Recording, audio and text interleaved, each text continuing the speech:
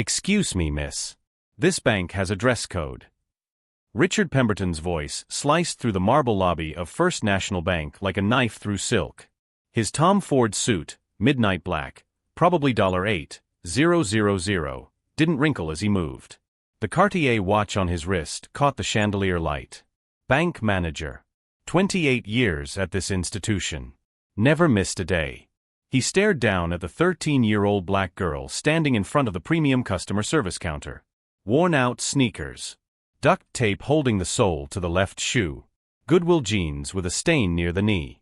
A faded purple backpack that looked like it survived 3 hurricanes.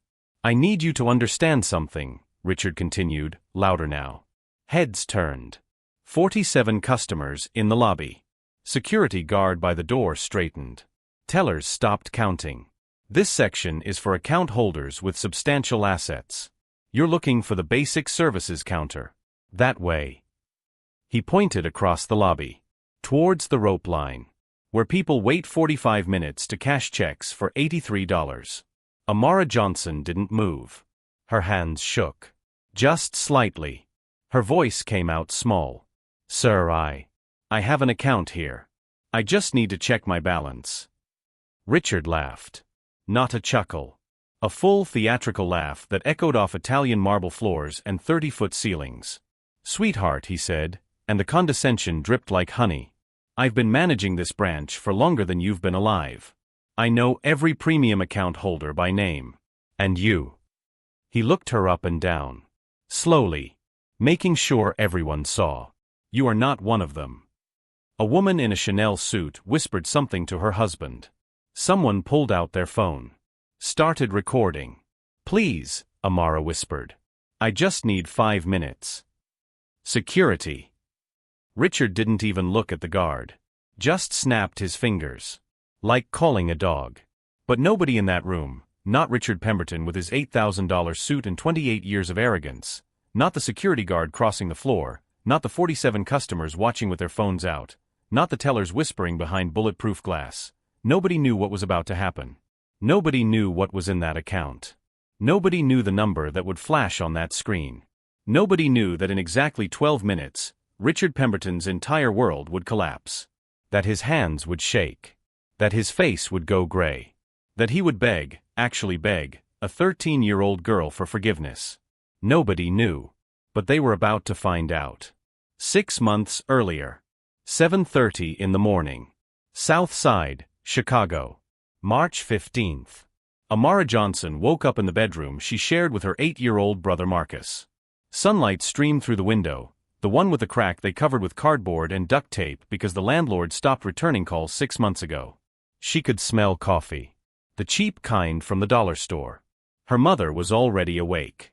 Amara sat up. Careful not to wake Marcus. He had asthma. Bad asthma. The kind that sent them to the emergency room twice last month because they couldn't afford the preventive inhaler. Just the rescue one. $47 at the pharmacy. They made it stretch. On the wall, in a frame made from popsicle sticks Amara had glued together when she was 7, there was a photo. Her father. Darius Johnson. Sanitation worker. 19 years with the city. Died 2 years ago when his truck was hit by a drunk driver on Lake Shore Drive. 4:47 a.m. on a Tuesday. Came out of nowhere. The city paid $85,000 in the wrongful death settlement. It went to medical bills, the funeral, back rent, and Marcus's asthma treatments. What was left paid for groceries for about 8 months. Then it was gone. Amara got dressed. The same jeans from yesterday. The purple backpack with property of Lincoln Middle School stamped on the side.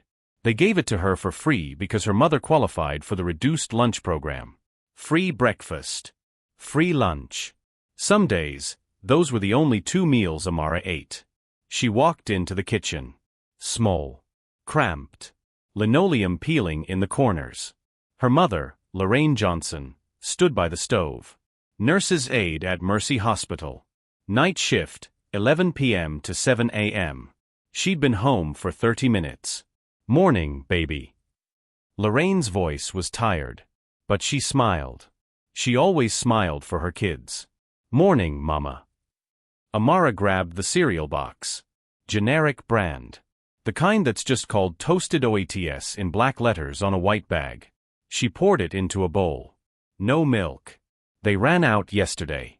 I get paid Friday, Lorraine said quietly. I'll get milk then. It's okay, Mama. Amara ate dry cereal and watched her mother count pills into those weekly organizers. Monday through Sunday. 7 compartments. Lorraine took medication for high blood pressure. $63 a month, even with insurance. You got everything for school? Yes, ma'am. And you're staying after for that computer club thing? Yes, ma'am. I'll be home by 6. Lorraine looked at her daughter. Really looked. 13 years old. Too smart for her own good. Skipped 5th grade. Teacher said she should be in gifted programs, specialized schools. But those cost money. Required applications, test fees, transportation. They didn't have that.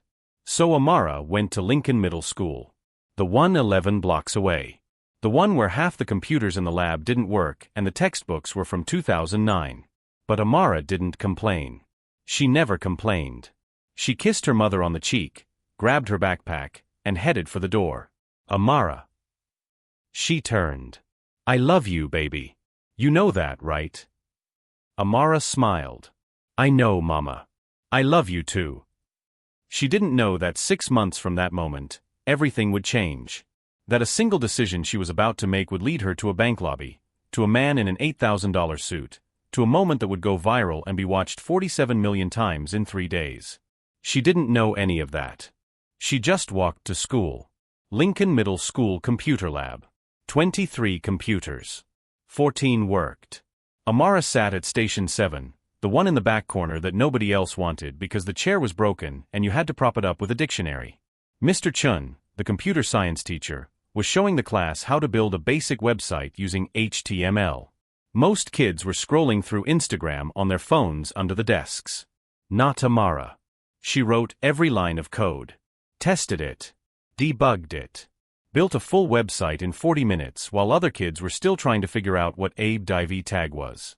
Amara, Mr. Chun said, walking over. You're done already? Yes, sir. He looked at the screen. Blinked. This is college-level work. Amara shrugged. She'd been teaching herself to code since she was 9. YouTube tutorials. Free courses on Khan Academy.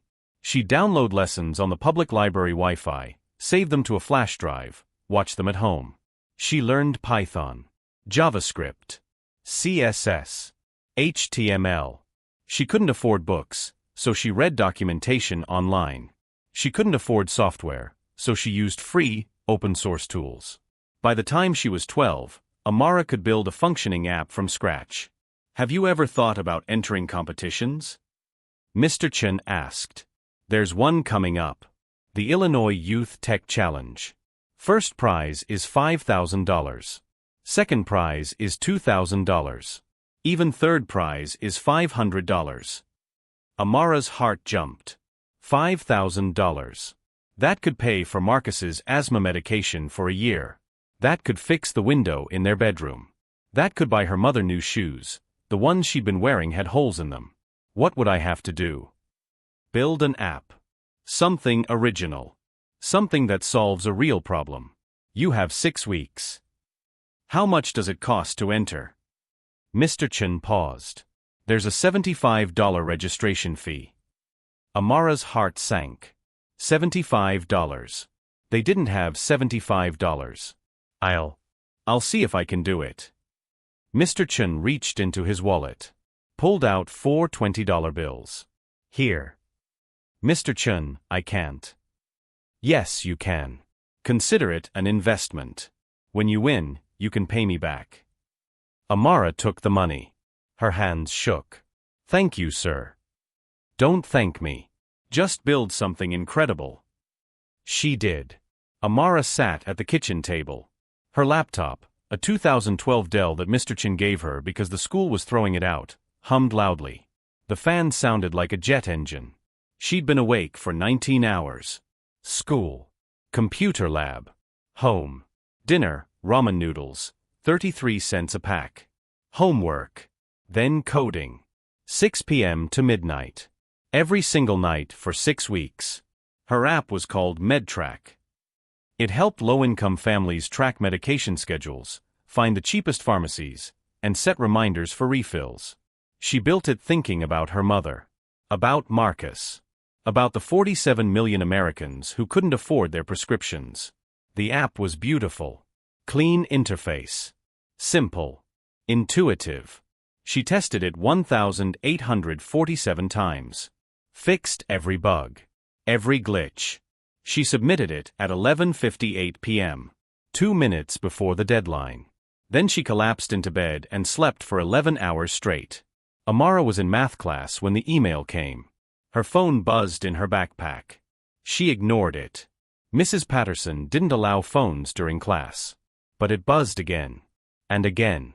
Finally, at 2:47 p.m., when class ended, Amara checked her phone. 47 emails.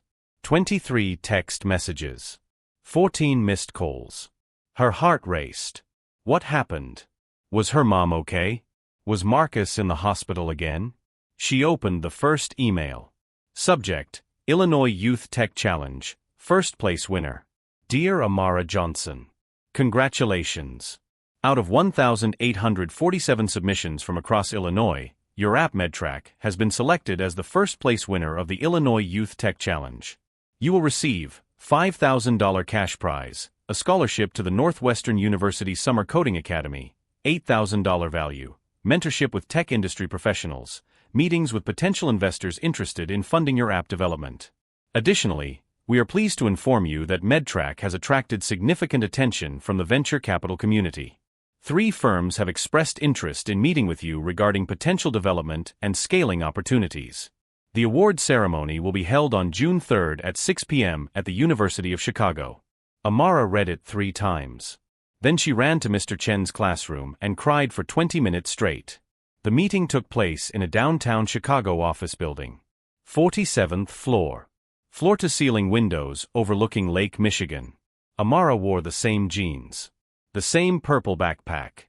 Her mother had bought her a new shirt from Target for $12. It was the nicest thing Amara owned. 3 men in suits sat across from her. Venture capitalists from Horizon Tech Ventures. Miss Johnson, the first one said. His name was David. We've reviewed MedTrack extensively. The functionality is impressive. The user interface is clean. The market research is thorough. Quite frankly, we're stunned that a 13-year-old built this. Thank you, sir. We'd like to make you an offer.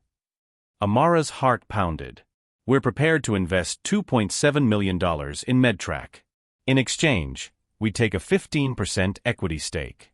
You'd retain 85% ownership. We'd provide resources, developers, designers, marketing team, to scale the app nationally. Amara's hands shook.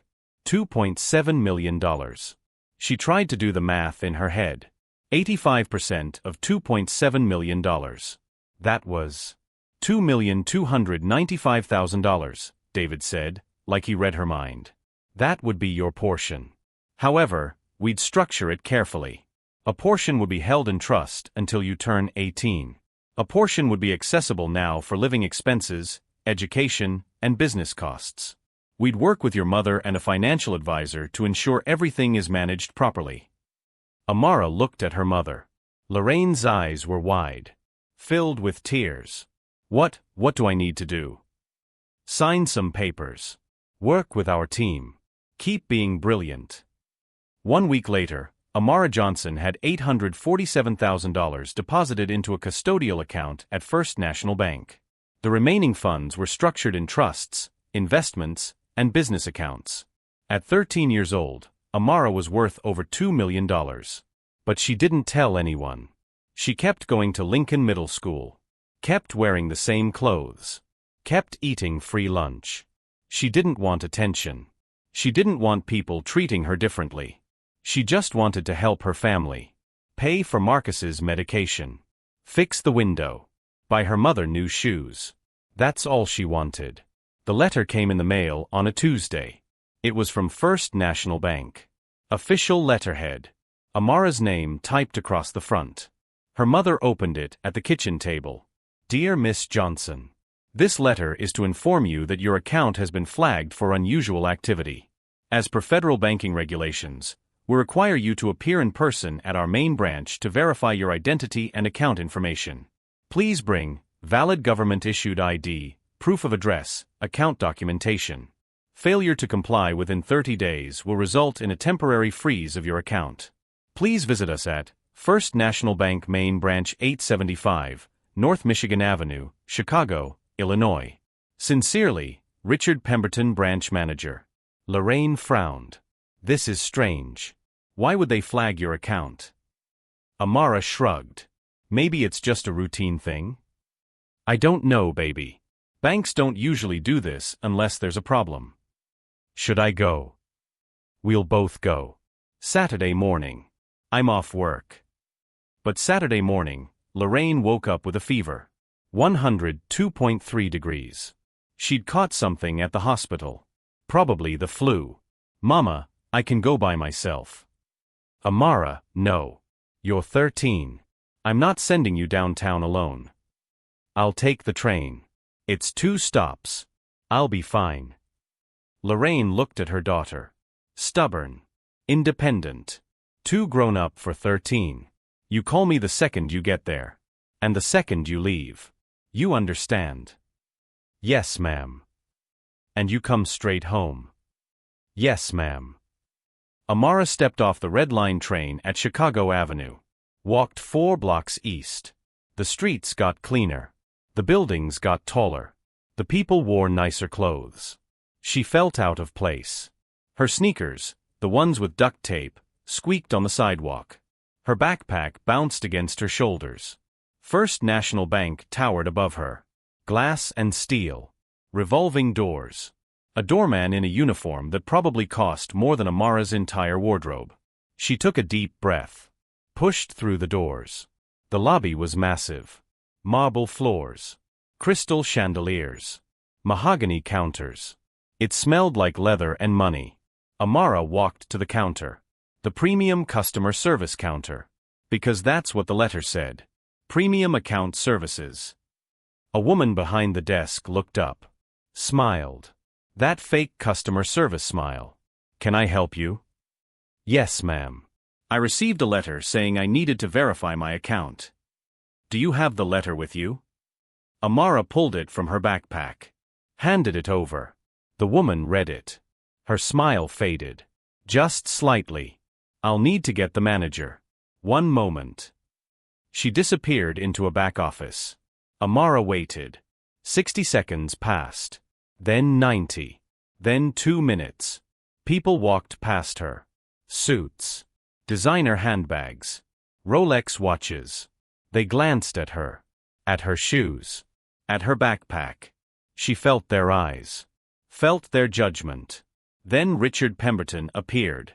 $8,000 Tom Ford suit. Cartier watch. Polished shoes that reflected the chandelier light like mirrors. He looked at Amara. Then at the letter in his hand. Then back at Amara. You're Amara Johnson? Yes, sir. He glanced at the account number on the letter. Pulled out his phone. Typed something. Waited. His eyebrows raised. Just slightly. There must be some mistake. Sir. This account number. It's a premium tier account. Those accounts require a minimum balance of $500,000. Yes, sir. That's my account. Richard laughed. Not mean. Not yet. Just amused. Like a teacher correcting a child who doesn't understand basic math. Sweetheart, I think there's been a clerical error. This can't be your account. How old are you? 13, sir. Right. So someone probably typed the wrong number. Let me pull up your actual account. Sir, that is my actual account. Richard's smile faded. The lobby was getting busy now. More people coming in. A Saturday morning rush. Customers lined up behind Amara. Okay, he said slowly. Let's clear this up quickly. Can you show me your ID? Amara pulled out her school ID card. The laminated kind with a terrible photo and Lincoln Middle School across the top. Richard stared at it. I need a government-issued ID. Driver's license. Passport. State ID. I'm 13, sir. I don't have a driver's license. Then a birth certificate. I don't have it with me. Richard sighed. Heavily. Theatrically. Making sure everyone around them could see his frustration. Miss, I don't know what's going on here, but this is a serious financial institution. We can't just access accounts without proper identification. And frankly, he looked her up and down again. Lingered on her shoes. I find it highly unlikely that you have an account with a $500,000 minimum balance. Sir, if you could just check. I don't need to check anything. I know my clients. And you are not one of them. That's when his voice got louder. That's when heads started to turn. That's when phones came out. That's when the humiliation really began. Excuse me, miss. This bank has a dress code. Richard Pemberton's voice carried across the marble lobby now. He wasn't trying to keep it quiet anymore. He wanted people to hear. Amara's face burned. She could feel 47 sets of eyes on her. Sir, I'm just trying to verify my account. The letter said. I don't care what the letter said. Richard cut her off. His tone shifted. Harder now. Colder. I care about maintaining the integrity of this institution. And right now, you're causing a disruption. I'm not trying to disrupt anything.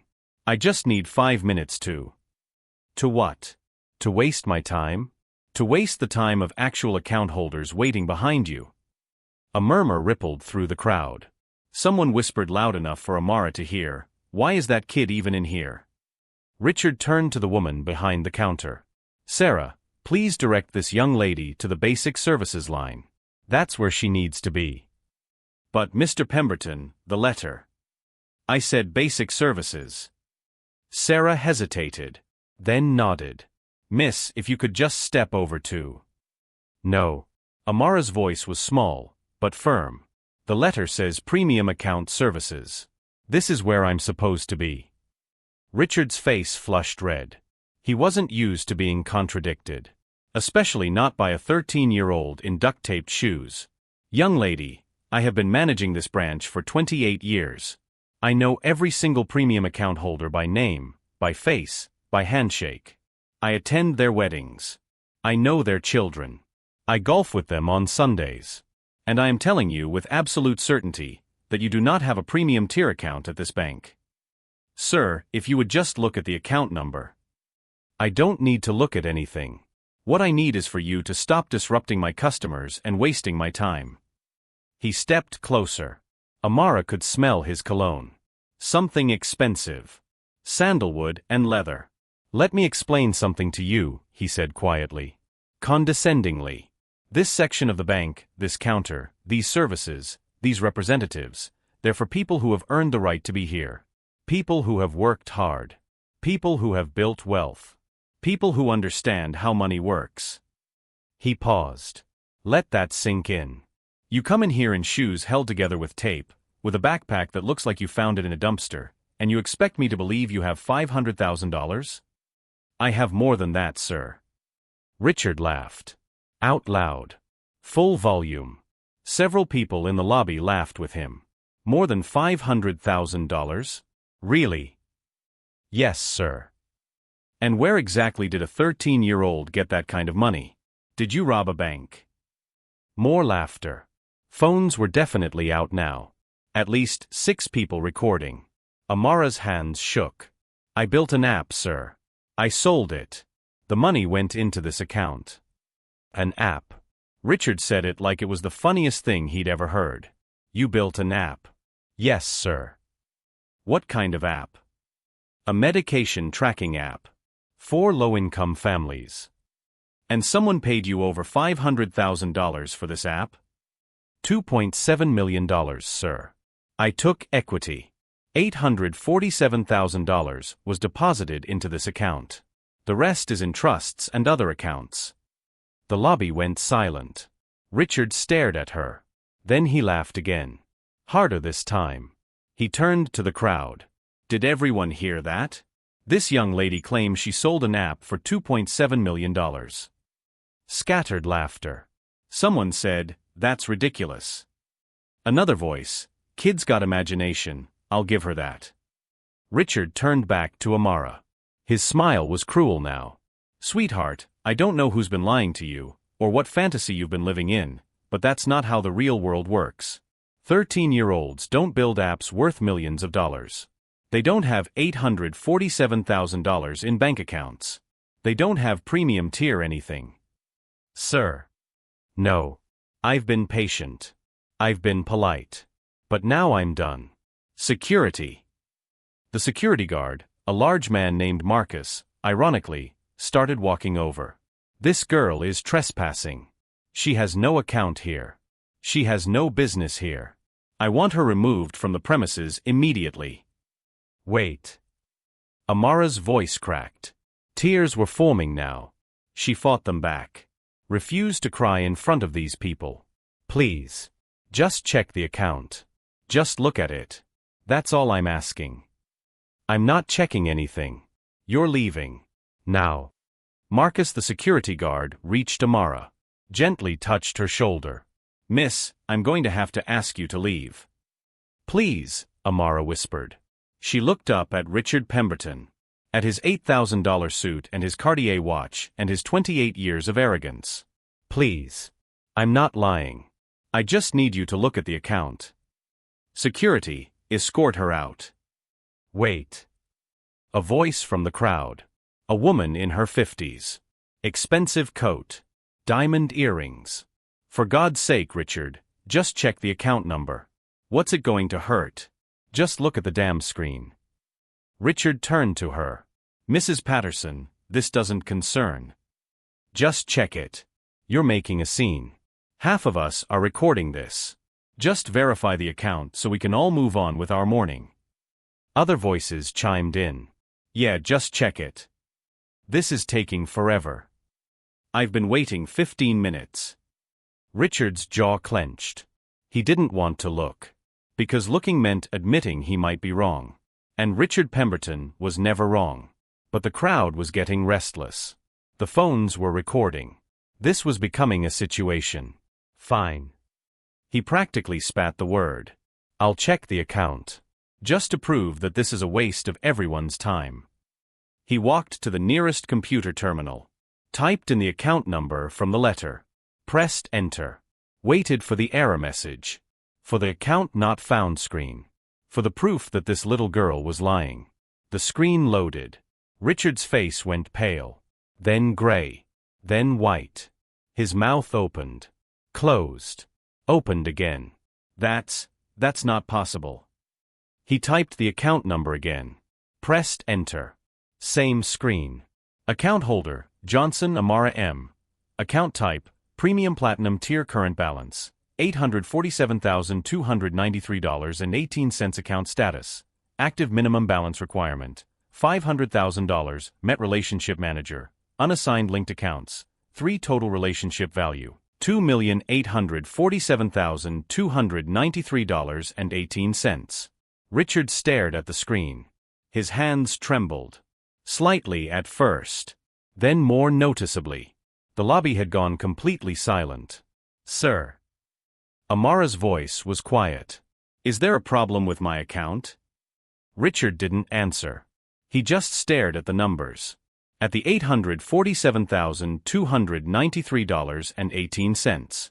At the Premium Platinum Tier designation. At the total relationship value of nearly $3 million. He'd been so sure. So certain. He'd mocked her. Laughed at her.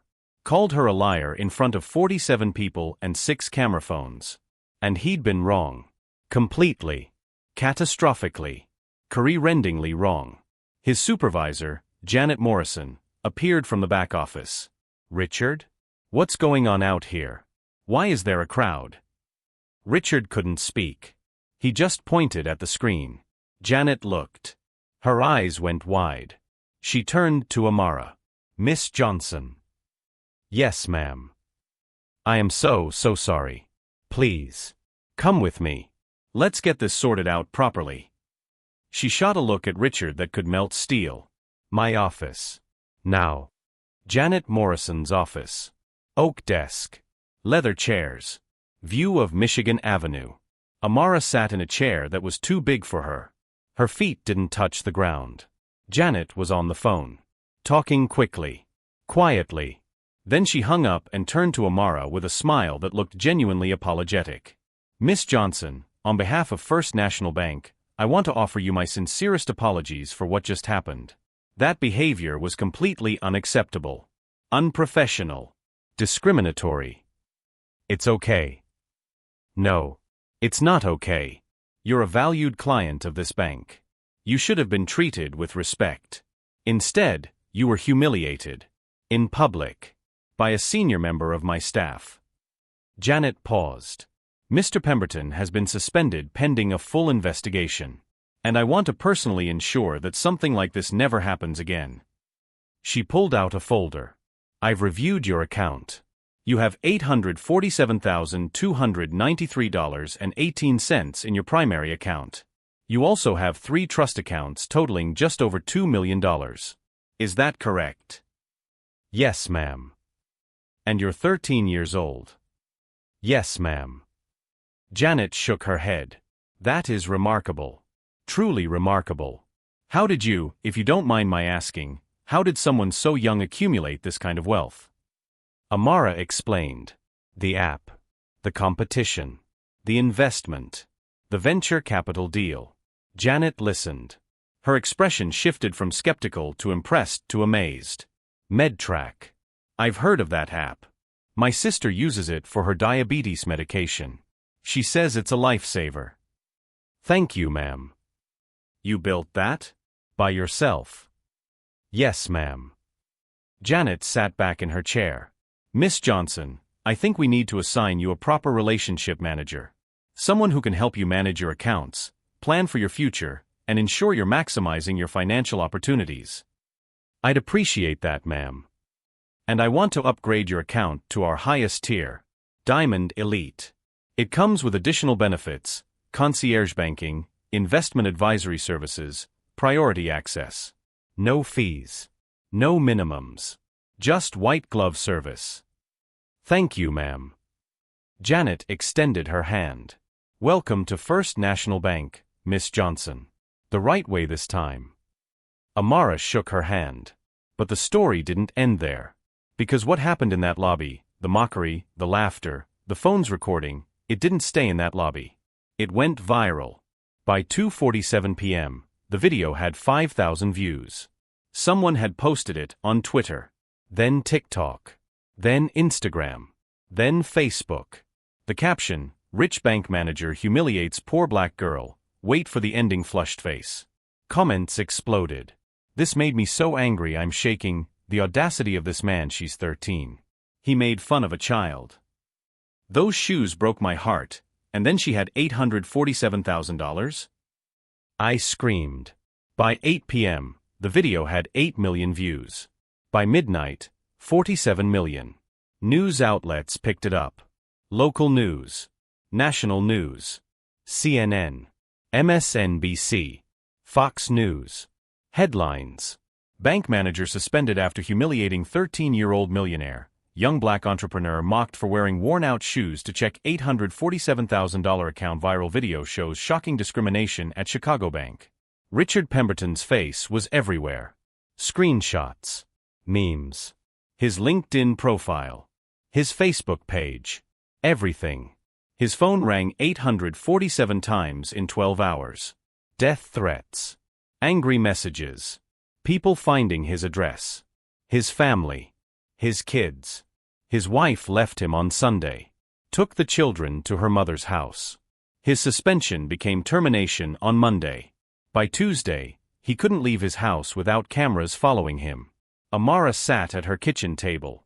Her laptop open. Camera on. She'd ignored 1,847 interview requests. But she wanted to say something. On her own terms. She pressed record. Hi. My name is Amara Johnson. I'm 13 years old. And I'm the girl from the bank video.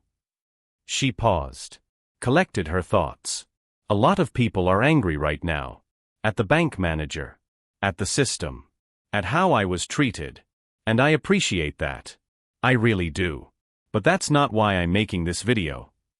I'm making this video because I want people to understand something. What happened to me at that bank? It happens every day. To people who look like me. To people who don't have $847,000 in their account. It happens to my mom when she goes to the hospital for her medication and the pharmacist assumes she can't afford it. It happens to my brother when teachers assume he's not smart because of where we live. It happens to my neighbors. My friends. My community. The only reason my story went viral is because I had money. Because the ending was surprising. Because people love a good twist. But what about the people who don't have a twist?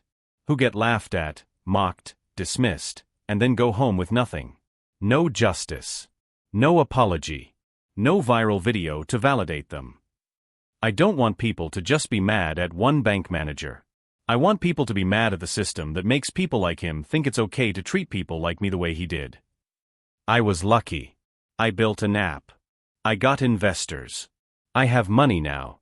But I shouldn't need $847,000 to be treated with respect. Nobody should.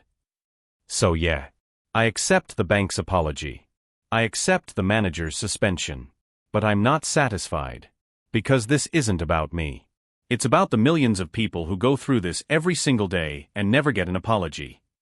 If you're angry about my story, good. Stay angry. But don't let that anger end when the video stops trending. Do something with it. She paused. Looked directly into the camera. And to everyone who's ever been treated like they don't belong because of how they look or what they wear or where they come from, you belong. You matter. Your voice matters. Don't let anyone make you feel small. She ended the recording. Posted it on YouTube. It got 23 million views in 48 hours. First National Bank made changes. Big changes. They implemented mandatory bias training for all staff. They hired a diversity and inclusion officer. They created a program specifically to support young entrepreneurs and minority-owned businesses. And they asked Amara to be the face of it. We want to do better, Janet Morrison said in their second meeting. And we want your help to do it. They offered her a position on their youth advisory board. $25,000 a year. Plus the opportunity to shape policies that would affect how the bank served communities like hers. Amara accepted. Not for the money.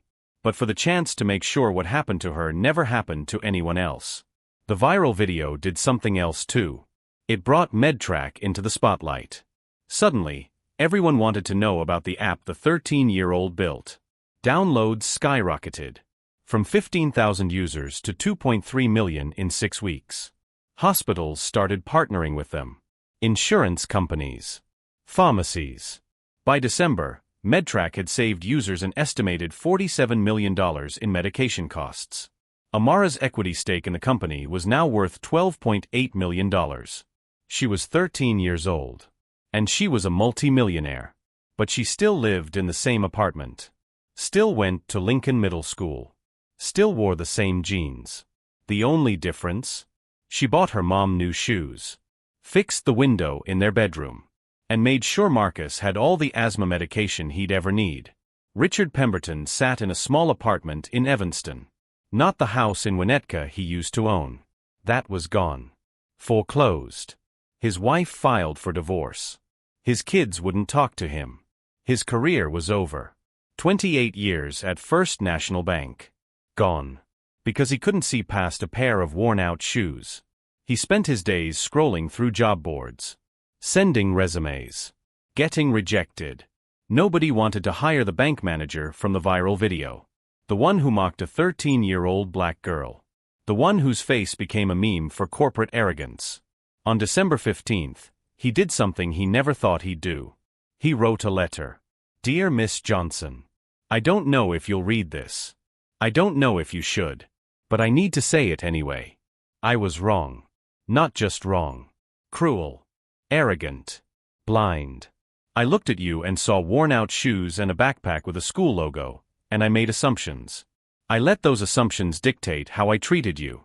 And in doing so, I revealed something ugly about myself that I'd been ignoring for 28 years. I've lost everything. My job.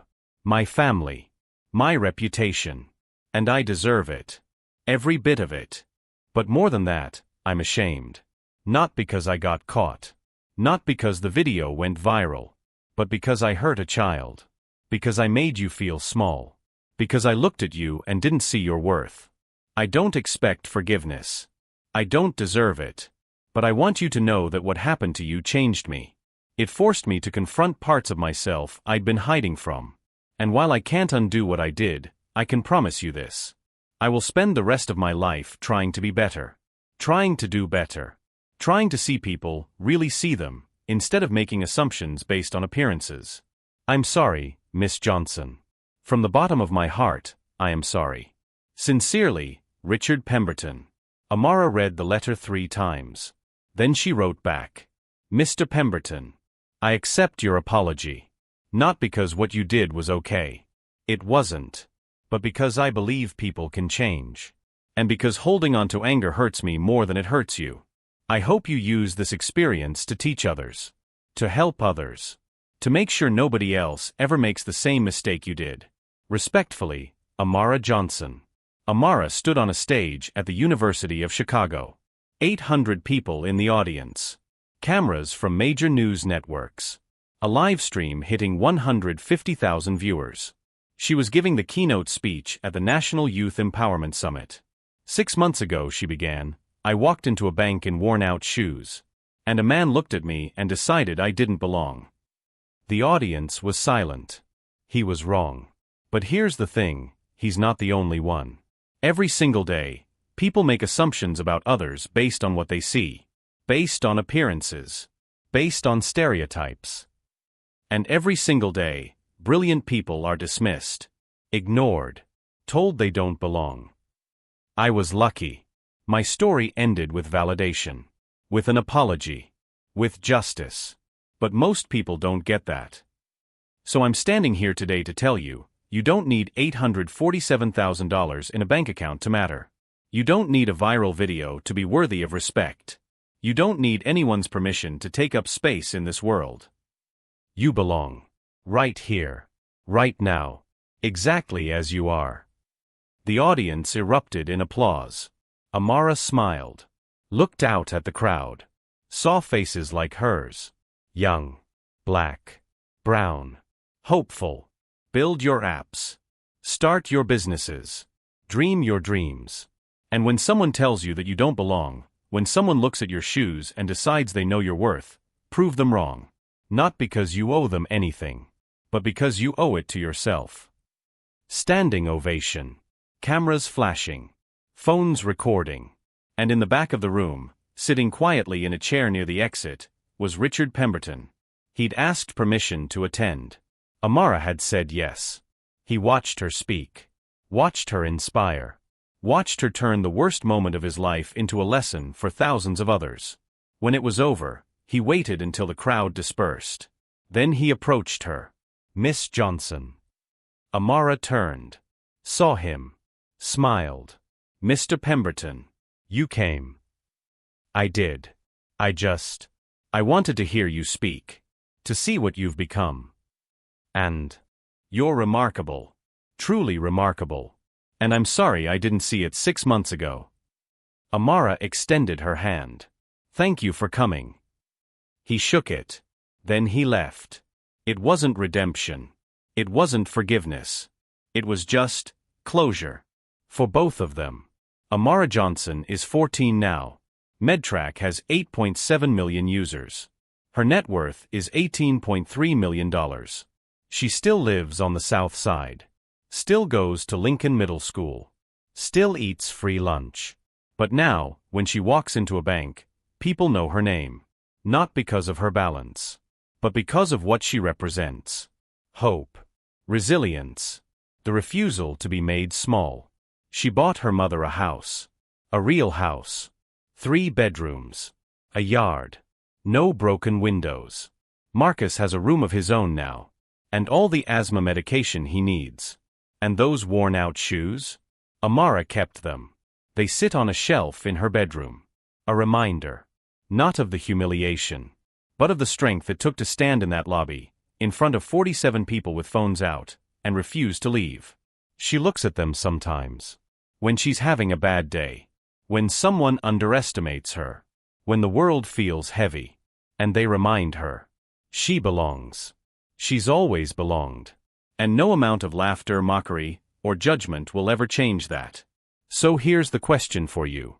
When have you been told your truth was a lie? When have you walked into a room and been judged before you even opened your mouth? When has someone looked at what you're wearing, where you come from, or how old you are, and decided they know your worth? And more importantly, what did you do about it? Amara's story went viral because it had a twist. Because she had money. Because people love watching arrogance get humbled. But the real story isn't about the bank balance. It's about the courage it took to stand there. To refuse to leave. To demand respect even when the entire room was against her. That's the story. That's what matters. So if you've ever been dismissed, ever been mocked, ever been told you don't belong, remember Amara. Remember her worn-out shoes. Remember her voice cracking when she said, "Please." And remember that she stood anyway. Because you deserve to stand too. Share this story if you've ever been underestimated. Subscribe to Sage Stories for more journeys like this. Comment, tell me about a time someone judged you unfairly. The courtroom is everywhere. The judge is watching. It's your turn to speak.